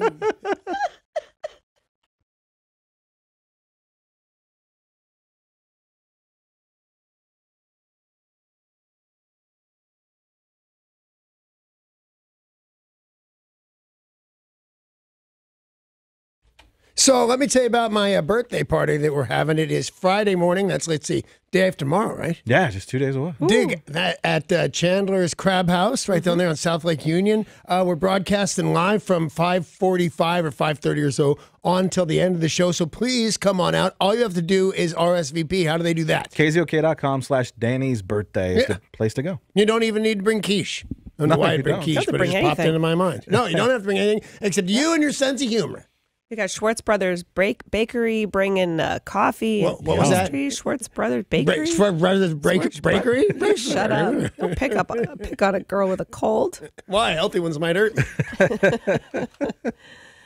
Jason Alexander from Seinfeld, we found out yesterday, is the new Colonel Sanders working for KFC. Yeah. A lot of different.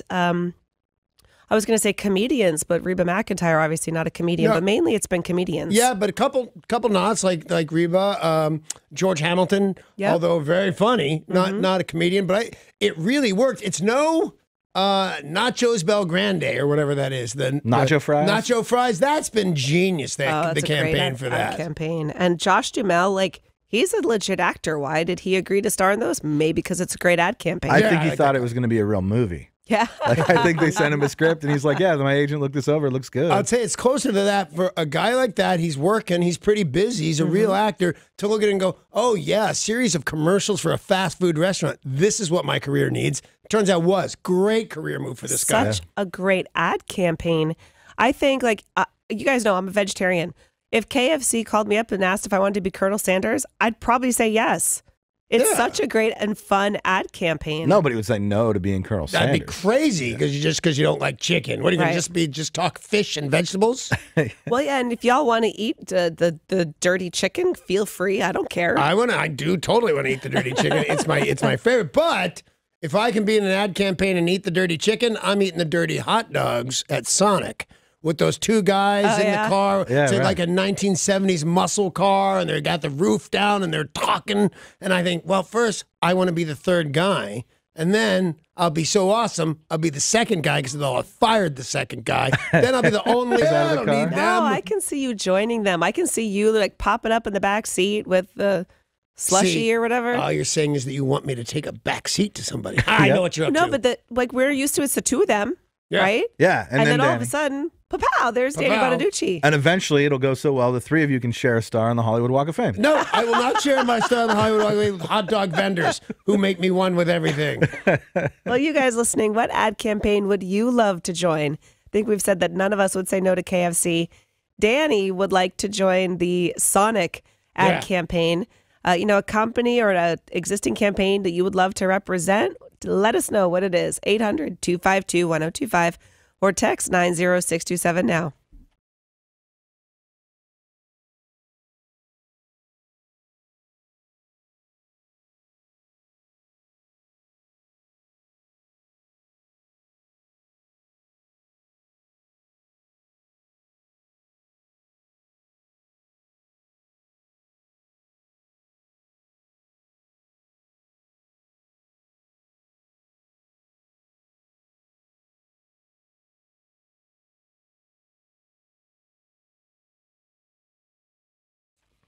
So everybody and their brother, except and sister, has been the new Colonel Sanders. Right now, I believe it's Jason Alexander. What campaign would you like to join in, or which company would you really like to represent? 1-800-252-1025 or text 90627. We'll start with Abe Simpson. Wayne, what's up, man? Hey, good morning, sunshine. Morning, sweetheart.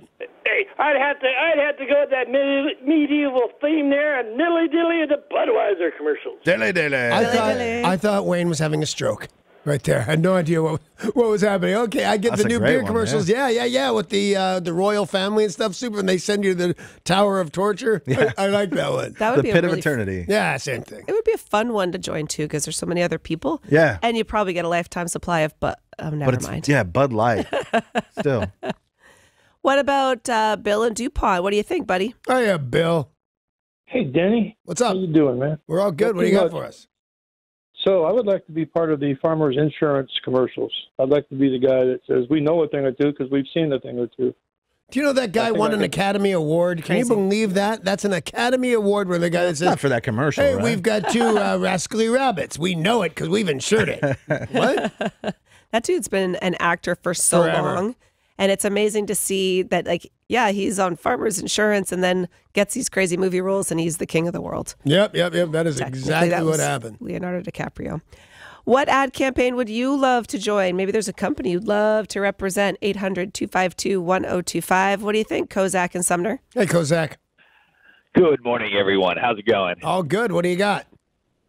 Magic the Gathering. It's a collectible card game I've been playing for 24 years.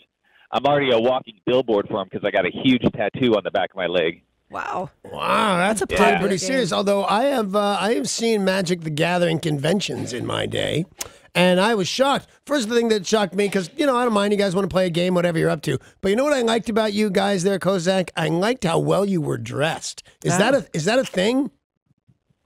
Well, I usually dress nicely when I go out, but I don't know. I just love the game. I've been playing 24 years. Last month, I shelled out $800 on the game. I mean, wow, KZOK, you might want to talk to somebody.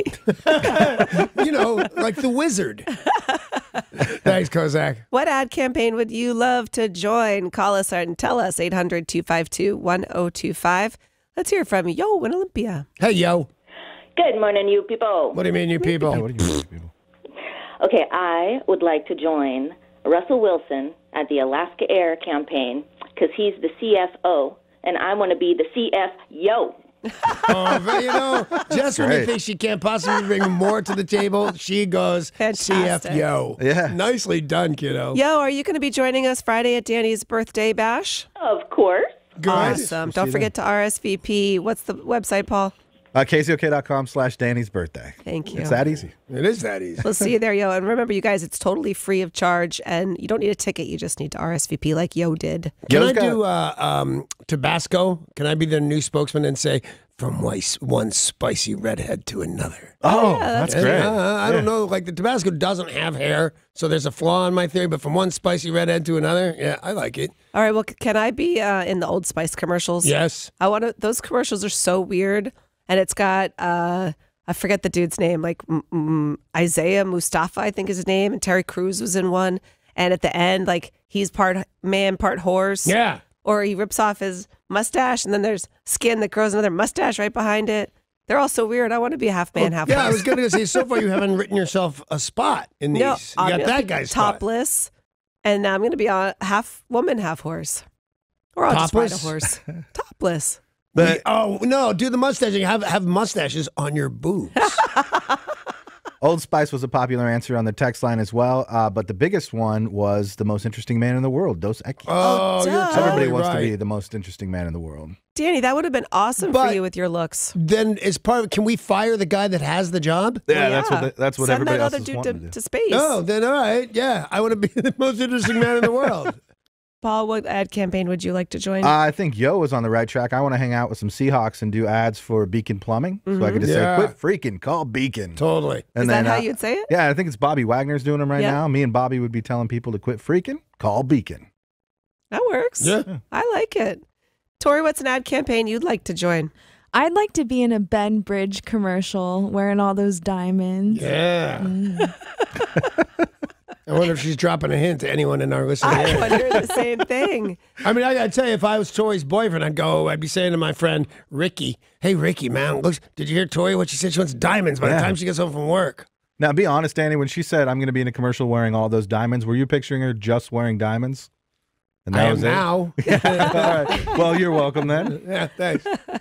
Derek, what's an ad campaign you'd love to join? Lincoln commercials with Matthew McConaughey. I just want to ride shotgun. Just hang out. You don't want to say, I've been driving Lincoln since before they paid me money to ride the Lincoln. What the hell is that guy? Is he had a lobotomy? A Texas-sized lobotomy? I can totally see Derek in the passenger seat going, man, why are you talking so slow? Just talk a little faster. Just say all right. Finish this sentence by Albuquerque. Thanks for your calls and texts. We've got your news next.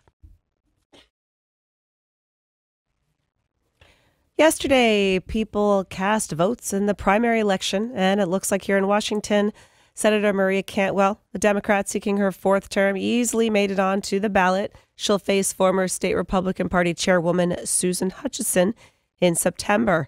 Some other big races, Josh Hawley, Missouri's Republican Attorney General, won a hotly contested primary and will face a Democrat in November.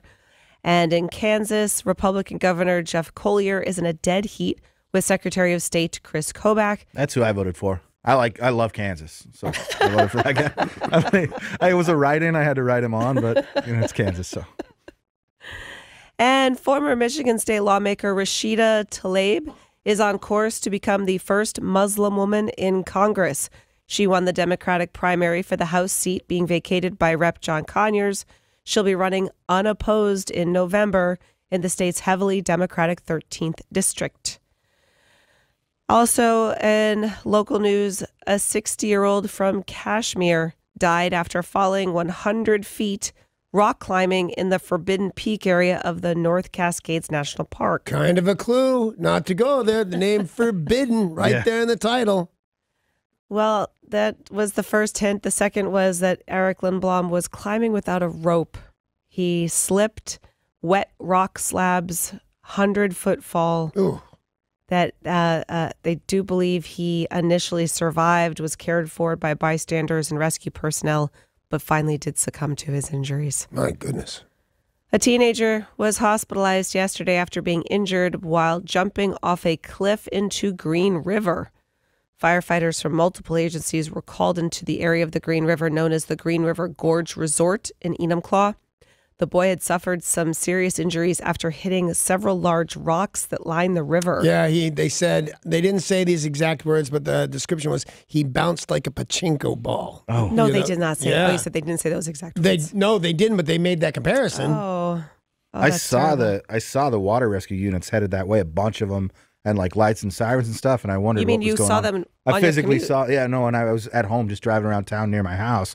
Oh my gosh! And we have like our fire department is, you know how you live in the sticks. If your fire department is fire department and search and rescue. Yeah. And so that's where their like boats and stuff are stored. It's not too far from my house. Oh, wow. And I saw them like taking off like the whole crew. My goodness. And I wondered what was going on. Now I know. We are waiting for an update on his condition. Showtime will be airing a new documentary series from award-winning filmmaker Alex Gibney examining the history of clashes between U.S. presidents and the FBI. This is a 4-part series, and they said this will have the working title, Enemies, the President, Justice, and the FBI. It'll be exploring the epic confrontations between presidents and FBI directors from J. Edgar Hoover to James Comey. So they said that looks and like the presidents as well who had to deal with them, because I think Johnson had the whole Martin Luther King nightmare going on during his presidency, and other people wanted King investigated, and certain people said it wasn't right. This is going to be a really interesting show. Well, and it also highlights for younger people the fact that this isn't something new. That Trump has been very outspoken about his battles with the FBI, and he's certainly not the first. No. So this new docuseries will debut November 18th on Showtime. A Cincinnati police officer is on restricted duty after using a taser on an 11-year-old girl suspected of stealing food from a Kroger. According to the vice mayor, it's hard to understand why an 11-year-old would be tasered. I expect answers within 24 hours. I'll answer you right now, because she wouldn't stop moving around and yelling and screaming. So you got a full-size cop that can continue to restrain her and injure herself, especially if she's resisting. Or you can say, calm down, and she will. Well, that's not what happened. Spare the taser, spoil the child. That's my motto. No, It's the motto with you. Pretty sure that's an unpopular take. I will see. The off-duty police officer approached the 11-year-old suspected of shoplifting while working security at this Kroger 9:30 Monday night. She ignored his commands to stop and proceeded to walk away. The officer stunned the girl in the back before arresting her on theft. Well, he did not live up to my requirements. If you're going to tase an 11-year-old girl, you should say stop or I'll tase you at the very least. So, yep, that cop is in the wrong. Although I don't like the 11-year-old girl much. Do we know uniformed or plain clothes? Because if some guy just walks up to me in a Kroger and says, hey, stop, I'm not stopping either. Well, If this he's person off was duty. working security. Yeah. So I'm going to guess they have to wear some sort of outfit to work security at a store. And sometimes just the opposite. Yeah, usually not. Usually you want to try and look like a customer. Well, in the case of supermarkets or like my Rite Aid now has a security guard. Same with Met Market. First it was a cop with a gun. Now it's a security guard with a gun. And I don't trust him because I was a security guard with a gun and I was drunk the whole time. But part of it is that it's a deterrent. So if they're wearing a uniform, they might have people not in uniform if it's like a jewelry store or someplace selling high-end stuff, but they're just trying to deter people from stealing candy bars. So in this case, we don't know for sure at this point whether this person was in uniform or not. Don't steal my candy bar. There's a candy bar named Payday, and there's a candy bar, the $100,000 bar. It sounds like this girl is up to no good. Yeah, certainly it's a felony if it's the $100,000 bar. She's stealing. Totally. All right, so this might surprise you. According to the Cincinnati Police Department, you are allowed to use a taser to temporarily immobilize a subject who is actively resisting arrest as long as the suspect is between the ages of 7 and 70. That does surprise me. and not pregnant. It only surprises me by a little. I mean, I was serious when I said if they won't stop resisting, she's 11, she's going to hurt herself. You know, there are parameters. But 7, I was not expecting. 7. I found that surprising. The Texas Police Department said reports of an alligator in local waters caused a big panic. That's a big alligator. They're like, look at that. That's a big alligator. That's a big alligator, right? So the New Braunfels Police Department went to the scene and said, oh my gosh, that's a huge alligator. What's it doing there?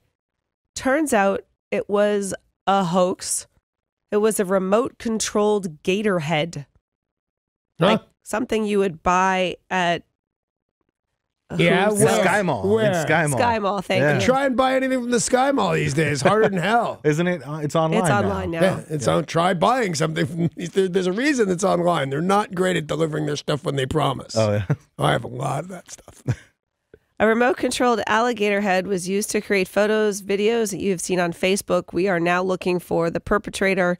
It was some sort of novelty-controlled item, and they're concerned that this person was causing panic. What's his crime?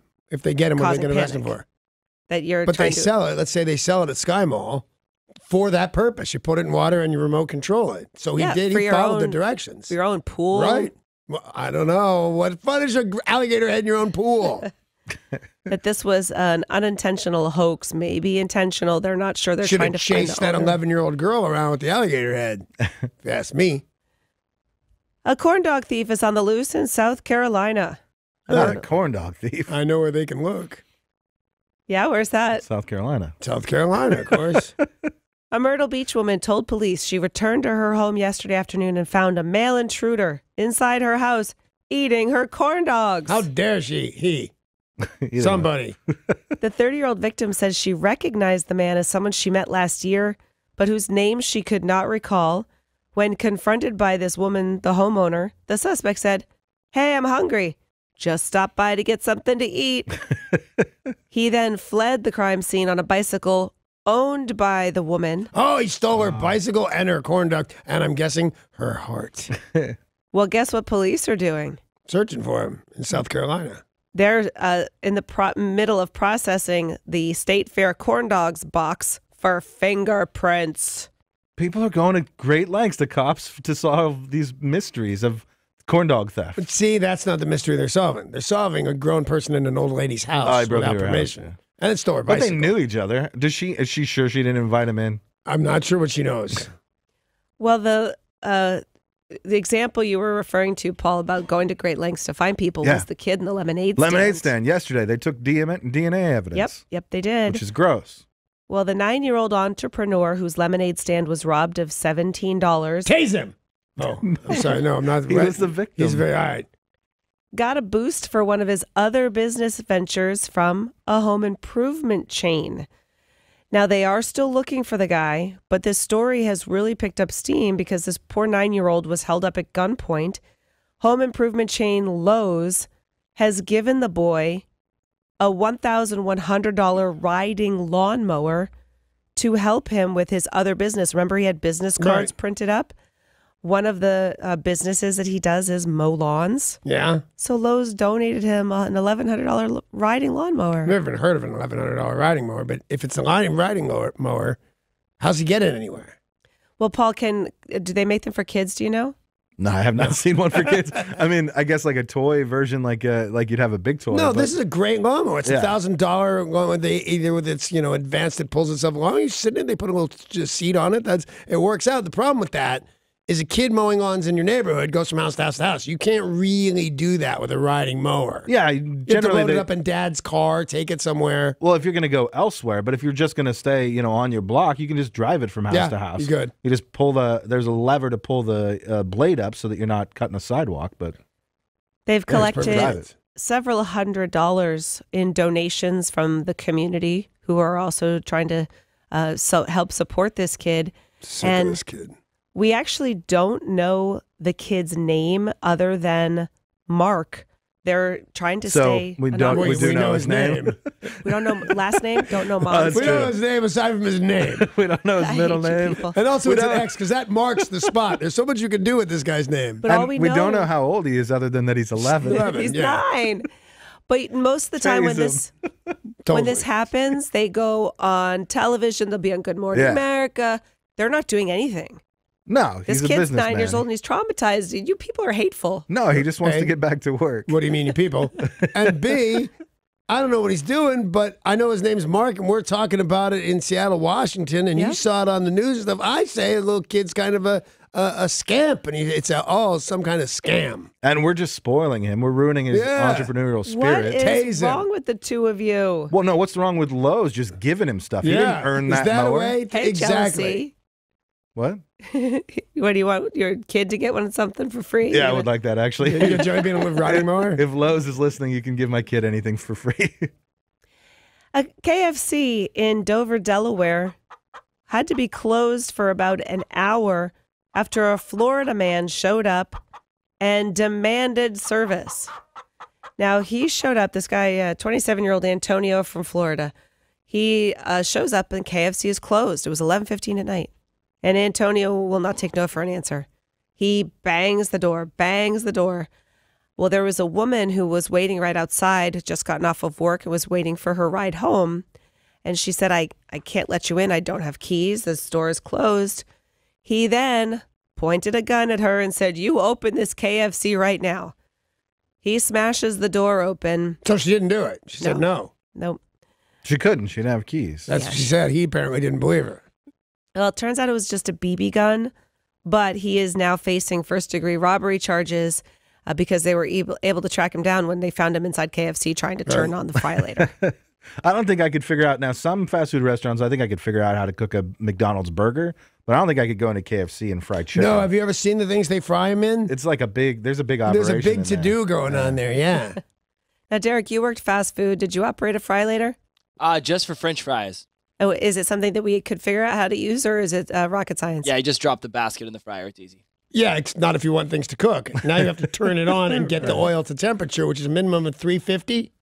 I never did that, honestly. I was always running when I came in. Well, of course they didn't let you do it. You dropped cold food into cold oil and nothing happened. Fired, Derek. And so, assuming that we broke in at 11:15, do you think they're going to be there to do setup for us? Yeah, and you have to wait for the oil to come to temperature. That's going to be a minute. Well, we know Derek wouldn't operate the ice cream machine at the fast food restaurant. How It's long always did you broken. work there? Oh, like 2.5 years. I am not robbing a KFC or any place else with Derek. Total disappointment when it comes to our crime wave. An Indiana man transporting more than 4 pounds of heroin through New Jersey was arrested after being tipped off about the drug shipment. Tipped off. This guy was carrying the heroin in a rear speaker, a hidden rear speaker of the vehicle. Is that what they're calling it these days? Come on, put that in the rear speaker. Put it right there in the rear speaker. Believe it or not, 4.4 pounds of heroin is the equivalent of more than 100,000 individual doses. So this was a pretty significant bust. Yeah. And as you can imagine, he's facing some pretty serious charges. Plus, somebody in a cartel somewhere is going to want to chop his head off. Yeah. They don't take excuses in those cartels. You don't get to go, traffic. My dog ate my heroin. Yeah. You wondering who ratted him out. They got a tip. They got an Sometimes anonymous tip. It's the cocaine or the heroin dealers. Ready? Mm-hmm. They tip off this guy's at the border with 4 pounds, while 20 pounds goes right there. Oh, that's smart. Yeah. It was New Jersey, so that they had kind of a long way to go from the border. But I said the border of New York. I was all excited telling you guys about the meteor shower, to which you poo-pooed. Yeah, I continue to poo-poo. Well, for those of you listening who actually do care about such things, there's something very cool happening in the sky tonight. You could see the Hulk. A green comet is set to, maybe I guess I should call it the Green Lantern. The giant green No, because comet. people like the Hulk. People hate Green Lantern. After was it Ryan Reynolds who did it? Yeah. Who was the Green Lantern? It was just Lantern. horrifying. They do call it the Incredible Hulk for its color and considerable size. But if you look up into the skies tonight, you might see the Incredible Hulk. This comet was discovered just about 2 years ago. It broke up near the sun, and now what's left is electrified gas that looks... I've got some of that. Yeah. Don't like that. It's an electrified gas cloud that is green, and you'll see it soaring through the sky just like a shooting star that lasts a really long time and is bright green. I'll look for it. I won't see it, but I'll look for it. Yeah, none of us ever see it. I mean, No. Sarah sees it, but nobody Sarah else sees it. Sarah sees the Aurora Borealis from her Northern window. Lights. Yep. We did have somebody text in yesterday. There to was defend 9 you. eagles arm wrestling. They said that they saw the Northern Lights from somewhere like not here, but like a couple hours away from here, 29 years ago. You can see them quite a bit in Montana, but as I said, there are places here in Western Washington people see them. Yeah, your balcony. Right, Nowhere my else. balcony, right as I look over the Puget Sound into West Seattle. There wow, it is. there It's they the are. Hulk. It's the Hulk. There is a new piece of property up for sale, and I think Tori might be asking for a loan. This is in Quebec. The Saint-Clotilde des Horton Asylum, considered to be one of the most famous haunted buildings in all of Canada. This old asylum is now up for sale. Tori's going to be asking a lot of people for a loan because it's being sold for $2.8 million. Wow, that's not nothing. You got that, Danny? Yeah, I carry his that pocket. on me. And this is Horton's? Yeah, I'd What, a rather have- donut restaurant? Yeah, I want the Tim Horton asylum. Yeah. Well, this is an institution built in the 1930s, ravaged by fire in the 50s, then again in the 80s. At least 8 people lost their lives that we know of. You know, I got to tell you, those things are overrated. The spooky, haunted old insane asylum. Yeah. I've had the pleasure of being in old, spooky insane asylums and brand new insane asylums, and I found them scarier because the old ones, I could have just left anytime I felt like it. The new ones, I had to convince somebody I was okay. Well, these have a lot of different buildings like an orphanage, a warehouse, chalets. Oh, you got to have a chalet when you're in the loony bin. You can ski in Quebec. Even the Looney Tunes should be able to ski. I'm sure there are people out there with like actual medical problems that don't appreciate us calling it the loony Dan loony called bin, it the Looney and you Bins. called them the Looney Tunes. Much like any other thing, I'm a member of the club. I can say whatever the hell I want. And I was talking about the cartoons like Bugs Bunny. Right, yeah, that's what you were Paul, arbiter of all Yeah, things Paul. politically correct. God, didn't know. So, Tori, is this something that you're going to put on your wish list? I think so, but it's only 8 people that have died there. Like, really?